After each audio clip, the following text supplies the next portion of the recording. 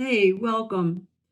Have you ever caught yourself going down that rabbit hole of regret? Maybe when you've got a little bit too much time on your hands, feeling a little bit sad and down. It's really easy for us humans to start thinking about all the what ifs, the decisions we maybe regret, dare I say.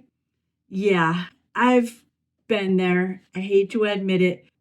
I'm going to share with you two regrets that always seem to crop up when I'm in one of those moods, and three ways that I deal with keeping the regrets and sitting around reminiscing about if only and the fantasies and all of this nonsense, right? That just sucks away our life. Time for confession. The two that come up for me frequently when I'm in one of those moods, it's kind of a relationship regret that's honestly one of the best memories of my entire life.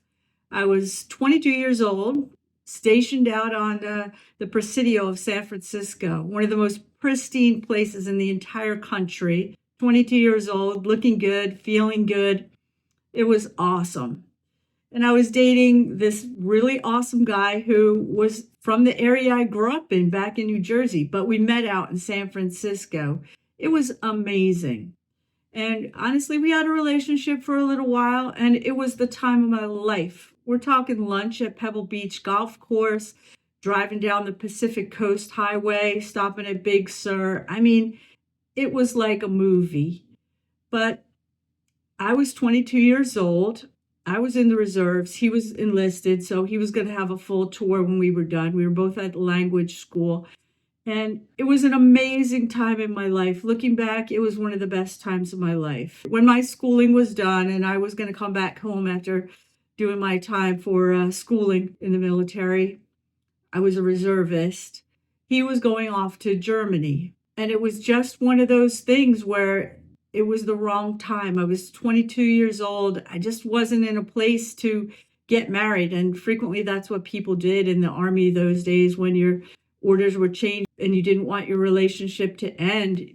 You got married. And that would have been probably one of the biggest mistakes in my life. But it's a regret that comes up whenever I'm in one of those kind of dark, maybe gray places. We all get them. Come on, tell the truth.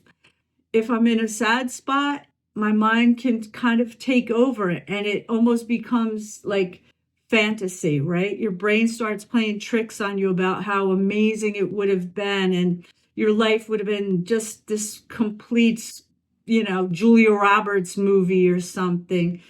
Who knows what reality would have been? Honestly, if I'm rational and I'm thinking about it, oh my gosh, if I would have gotten married at 22 years old, it probably would have ended in complete disaster. So sometimes I guess the point I'm trying to make here is sometimes these regrets, you know what, just hold on to them and cherish the awesome memories. I'm sure we've all got a boyfriend, girlfriend, something out there that's like, oh, that may have been the one. But don't get too stuck in it. Don't let it take over or get you down some kind of rabbit hole. We all have them. Don't get sucked into it. It's all fantasy. But it's a good one, so hold on to it and cherish it. One of the second big regrets that I can have, it's more of a career regret.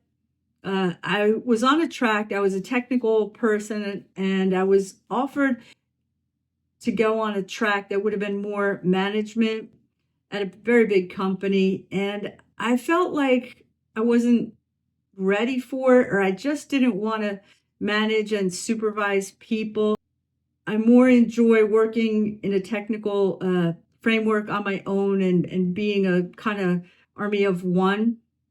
But I often think I would have had a better career track financially and maybe otherwise if I would have gone down that track of management and leadership.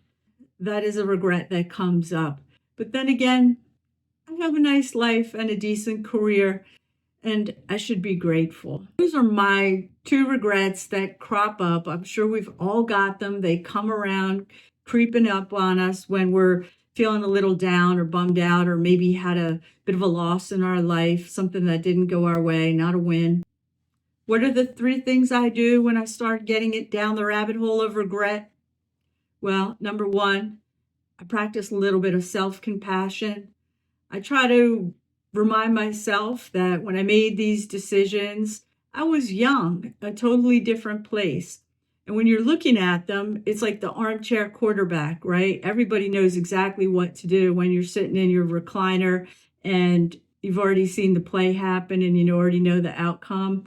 Yeah, you're an expert then. It's the same type of thing. When you're older, sure, you're looking at things from a whole different perspective, and reality has all kinds of filters on it, and your mind is playing these games of fantasy. So when you start having regrets about the decisions you did make, be kind to yourself, be forgiving.